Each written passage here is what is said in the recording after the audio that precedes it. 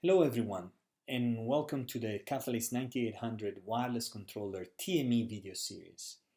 My name is Simone Arena. I'm a principal TME in the Enterprise Wireless Networking Group.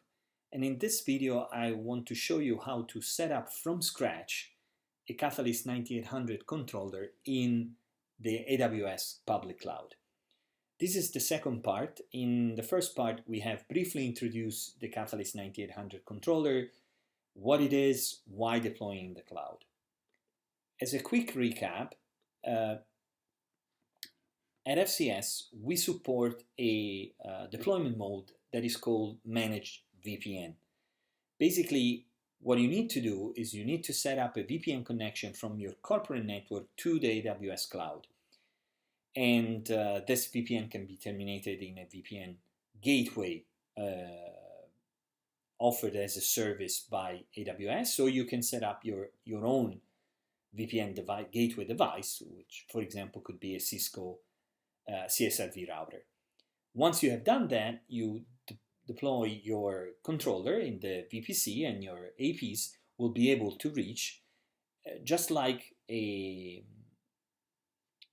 the controller is deployed in a remote data center. So basically, as I said, you have your networking provided in the cloud, you have your VPC, and then you will deploy the controller. And then once you have set up the routing like you would do for reaching any location in your network, your APs will be able to register to the cloud controller. A few things to bear in mind for this type of deployment. AWS, but I think it's common to all the public cloud providers, only support layer 3 interfaces. So there is no concept of trunk. So we will deploy the controller with a layer 3 interface. The IP allocation is via DHCP, but I'm going to show you how you can choose the desired IP address for your controller. And finally, we have decided at FCS to go with a model with one interface. So your device management interface and the wireless management interface will be the same. Okay. So before I start, let me quickly introduce some of the concepts that I'm going to use during the setup. So first of all, there is in the public cloud, there is a concept of region. These are the distributed data centers that each cloud provider has across the globe. Within a region, you have availability zones. Again, full tolerance zone where you are going to actually deploy your instances. For us, we will also create a private network in the cloud, which is called the virtual private cloud. And as I said, this represents literally your remote data center in the cloud. And as any network, you will have subnets, you will have a routing table, you will also have basically a firewall to set up the rules to access your instances. All right, so enough of talking, and let's deploy live the controller and also the VPN connection. So the first prerequisite is, of course, that you have an account in AWS and you log in with this account into the AWS console. As you can see here, I'm logging in with my account. Here, the first thing that I mentioned before, here you have your region. So I'm based in Europe, so I've selected the closest, which is Frankfurt for me. Okay, so that's where you're going to deploy your controller. We're going to use 3 services. EC2 is the first one. Of course, this is the compute resources. As you can see, I have 0 running instances. We will create one from scratch. Here is the availability zones within the region that I was talking about.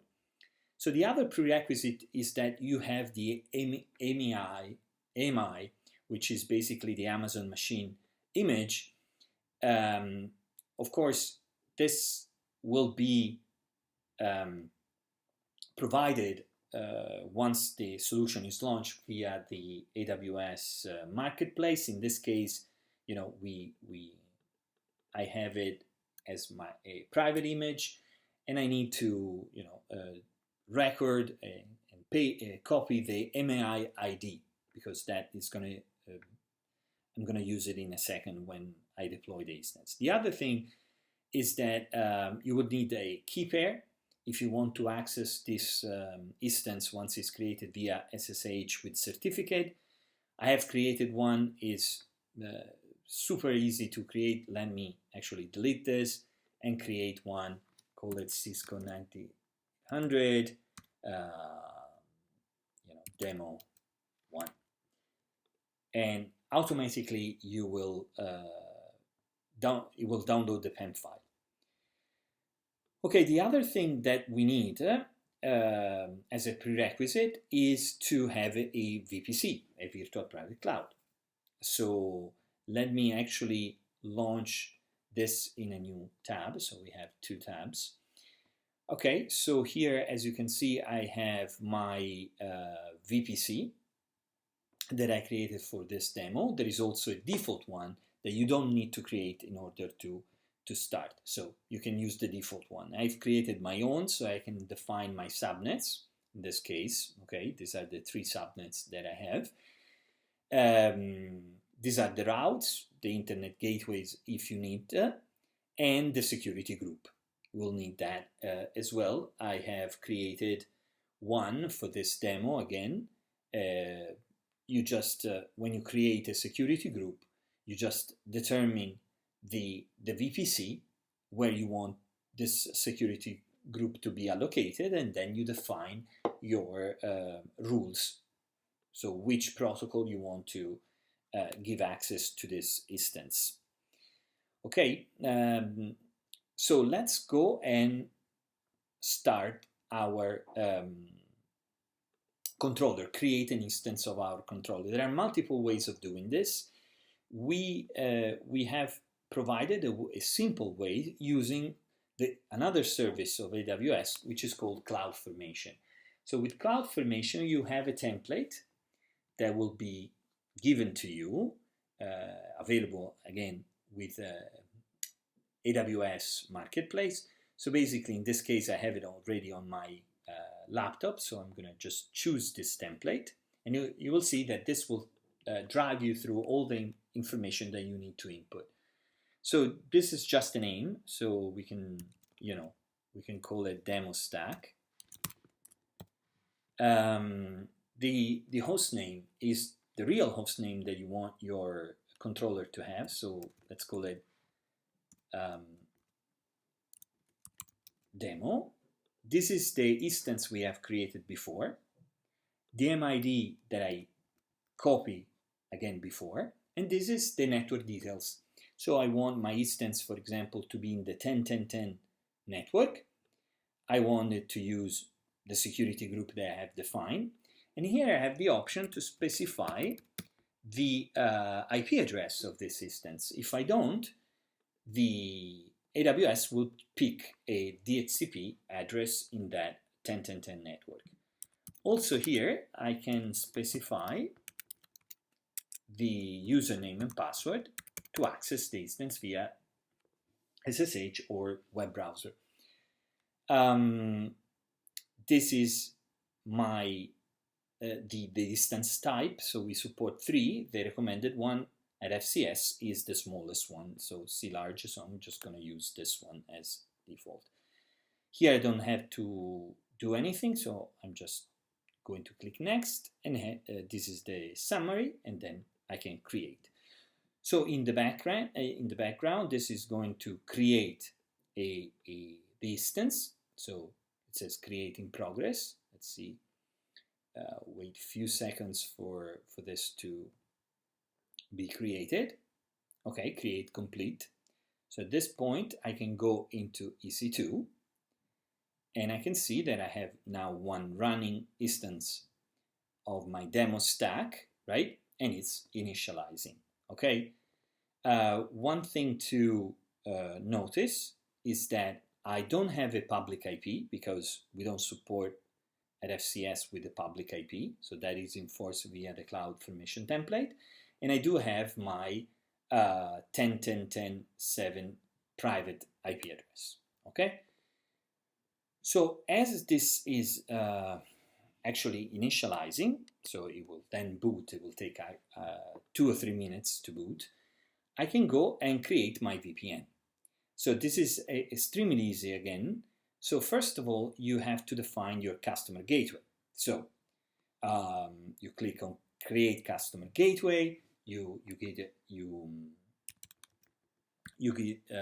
it a name, Demo Gateway, the IP address. This has to be a public IP address because it has to be reachable.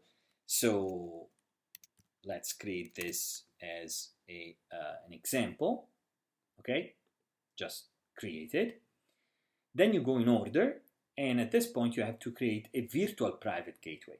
So this is the customer gateway, this is the AWS one. So you can create one, you give it again a name. So this would be the AWS Demo Gateway, VPN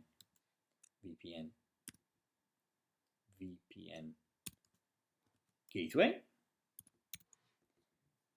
right? And you will see that this newly created gateway has is detached, so it's not attached to any VPC. So what you have to do is to simply attach to the VPC. Okay, and in this case I can choose this one because I have already one attached to my VPC, and that is all you have to do. And then after a few seconds it will say attached. At this point you create a VPN connection. So you create a VPN connection by saying the customer gateway, the one we have just defined, routing or static IP address. So here you can say, for example, my remote subnet is 10.100.0.0/24. So I'm going to add this. I have to give it a name, of course, Demo VPN Connection. The gateway, I'm going to use the same gateway where we have that we have attached to the VPC, and I have the option to customize the tunnel interface IP address. I don't care, and actually I can simply create the and let AWS choose. So while this is creating, right, I can go and download the configuration.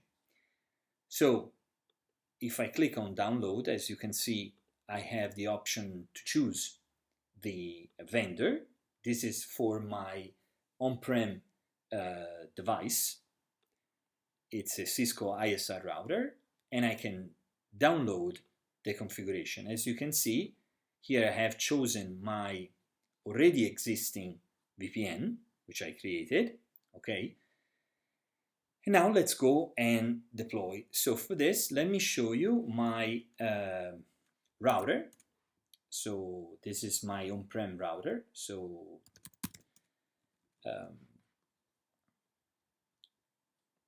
basically, let me show you that I don't have any crypto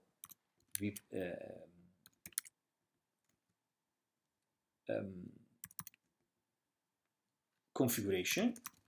If you show run, I have a very simple configuration with a DHCP pool for my APs, and for client there is no other configuration. So also show IP interface brief. This is you know, as you can see, I don't have any tunnel interface. Now basically what you have to do is, as you can see, when you open the file that AWS provides, there is all the instruction that you need to do, so the crypto configuration and everything that you need to cut and paste on your router. So in order to do that, I have just removed the comments and so that I can quickly cut and paste. So I copy this, and then I'm going to conf t. I'm going to paste this configuration. As you can see, this is the crypto configuration. It's going to set up 2 tunnels to the AWS, tunnel 1 and tunnel 2. Okay, so let's copy. And since the VPN is available here, the other one is still pending, but mine is available. As you can see, the 2 tunnel interface are actually up. So if I go show interface tunnel, I have 2 tunnel interfaces, and they're both up. Okay, so at this point, also let me show you the IPsec configuration is now completed. So let me go back to my instance, which was is now in running state. Refresh is now in running state, the demo stack we have created. So what I can do is, since I already have my instance 10.10.10.7, I can take a client that is actually behind my router at home, so my lab, so I can ping my gateway 10.100.0.1, okay, pings. And now this is, of course, the SVI on the router, and now I'm going to try and ping 10.10.10.7. And I can ping it, so it means that it's already up and running. Now, let me connect via the browser, because what I'm going to do, and see, I already created a the controller is already up and running. I'm going to use the credentials that I've entered in the template.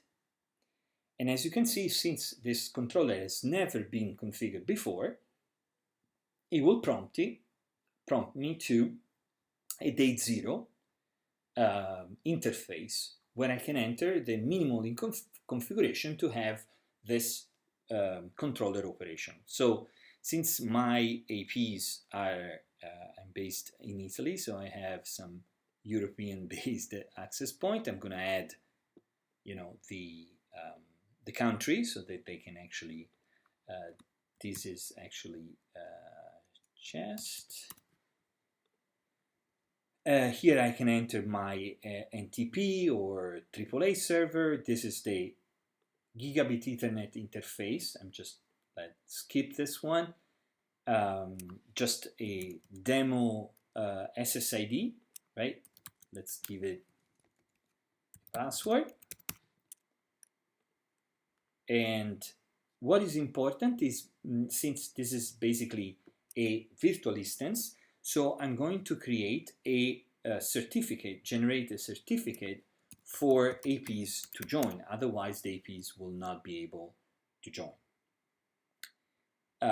So I just have to, if I want, I can change these parameters. I'm just going to leave it to default. This is the summary, and then I just click finish. This will take 30 seconds, more or less, to push this configuration to the controller. By the way, the controller is not booting in this. I can I can actually still ping the controller while it's downloading the configuration and applying the configuration. At the same time, I connected, so applied successfully, as you can see, and boom, basically I have a running controller. I can log in, and this time it will bypass the date 0 and go directly on the dashboard. So as you can see, I have an AP connected. So this AP will join the controller. I have defined the DHCP option 43 to join the 1010 controller, 10.10.7 controller, so you will be able to actually join the controller. If probably the EP is probably booting. Let me check.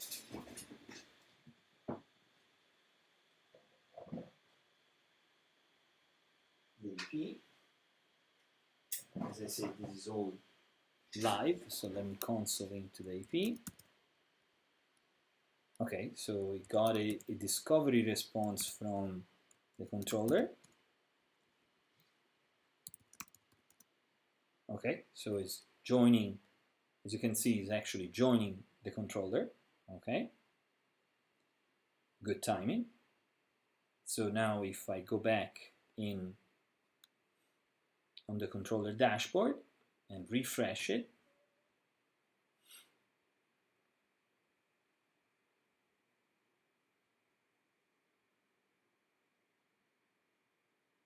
it showed me that I have one AP join.